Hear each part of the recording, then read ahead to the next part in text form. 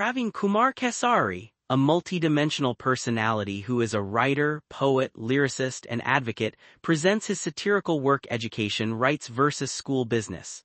This is about the entanglement between the right to education and the business of schools.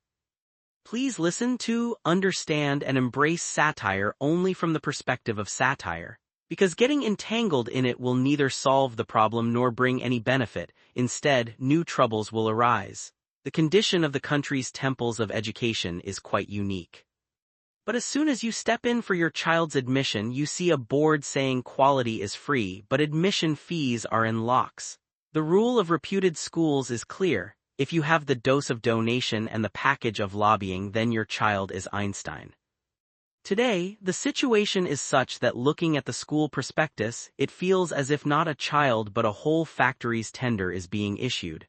The admission form fee is so high that it could buy a complete set of books for 2 children, and in the interview, innocent children are asked. But until the school authorities stop their donation machine, parents will keep crying and children will keep asking, "Dad, will you send me to school or sell the car?" The Right to Education Act says that schools should be near the home. The Teachers' Rights Act has become meaningless. Schools should be kept within a boundary line, meaning if the child is from the neighborhood, then direct right without any test, lobbying, or donation. Imagine what a wonderful sight that would be, officials from far and wide. And in villages and neighborhoods, such schools will open where there will be education and not the business of lobbying. If the real rules are implemented, then for the first time, local will be vocal in education. The child will say, "My school is next to my home, so I." The matter reached a point where a parent asked the principal, "Sir, what is the real distance after all?" The principal replied seriously, "It's not the child's distance but the depth of his pocket that matters. Please bring your donation letter, kilo of rice." Now it happened that the village child travels first 1 kilometer, then 3, then 5 kilometers to be sure that education is truly accessible. But accessible to whom? To the school or the brokers, because the school gate says. When asked a government officer what the real rule is, he said, "See, the only rule is that the child should get a nearby school."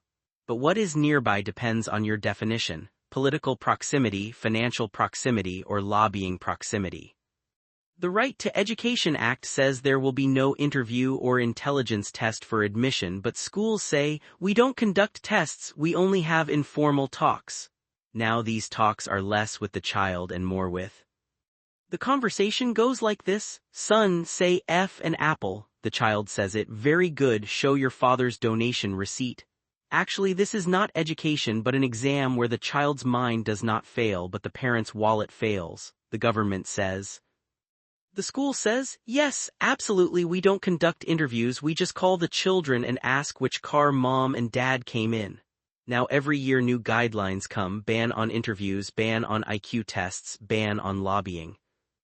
And the rumors are such that some say the government has made strict rules, some say no, this is all just for press notes, and some explain that guidelines mean you can guide but breaking the line is your responsibility.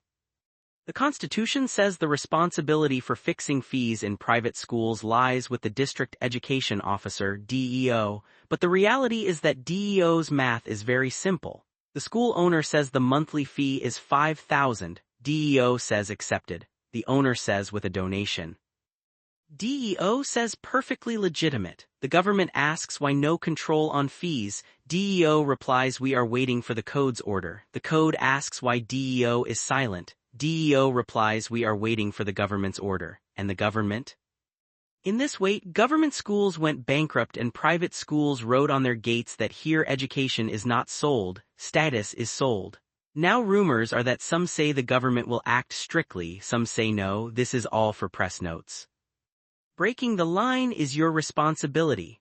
Ultimately, the first lesson of education is that before getting your child admitted to school, parents must learn the difference between the language of the law and the school's interpretation.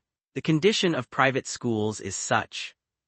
Tuition fees separate, basic fees separate, house rent separate, sports fees separate, late fines separate, and so on. Fees are such as if on a plate of delicacies today's special is charged. Parents ask, "Why this house rent?" The school says, "The child is our asset." In some schools, house rent is 500, in some 5,000, in some sports fees 200, in some 2,000. Parents ask, where is progress in this? The government answers that the Ministry of Human Resources will do it. The ministry says we will see the data. Who will provide the data? The school, and the school provides such data, where every school will give an online account of its fees and facilities. But the satire is that a school which can show a 5,000 rupee shoe bill as 500 rupees, will it honestly enter the accounts of fees? This is like. School owners are happy now there will be a new way of online fee collection. Are you happy? The portal will charge new server fees, and the poor child still wonders whether passing the studies is easier or bringing the fee receipt. The government has. Data will first be given to DEO, then to Raji, then to the ministry. The school owner says data is very easy. If the bus has 40 seats, we'll send data of 40 children. The ministry is happy. Wow, the law is being followed, but in reality, 40 seats have 120 children, and the conductor shouts. The Supreme Court said bringing more children than seats is a crime. The bus driver said, then we become criminals every day. The court said the bus should have a first aid kit. The school said it does, we keep a bandage in the children's tiffin. The government asked, then what about children's safety? The school owners laughed and said, sir, you must be joking. From admission to transport, all is a risky adventure sport for our children. Parents complain that children are. Meaning the government is satisfied with data, DAU with inspection, and the child is hanging from the school bus thinking maybe this is the hanging garden of education. The Right to Education Act has many rules. No interview for admission, fee determined according to government, 25% for the poor. In reality, the child is packed like sheep in the school bus in the morning, gives an IQ test in the name of interview at school, and after returning home the parent's blood pressure is tested by the fee receipt.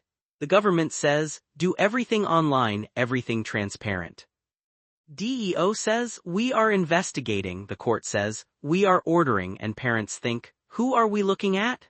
In the end, the education system seems like a huge ritual where the child is the sacrificial material, parents are the ghee, and the government. Until education is operated honestly and by rules, school buses will remain overcrowded with children, and the temples of education will be filled with money alone.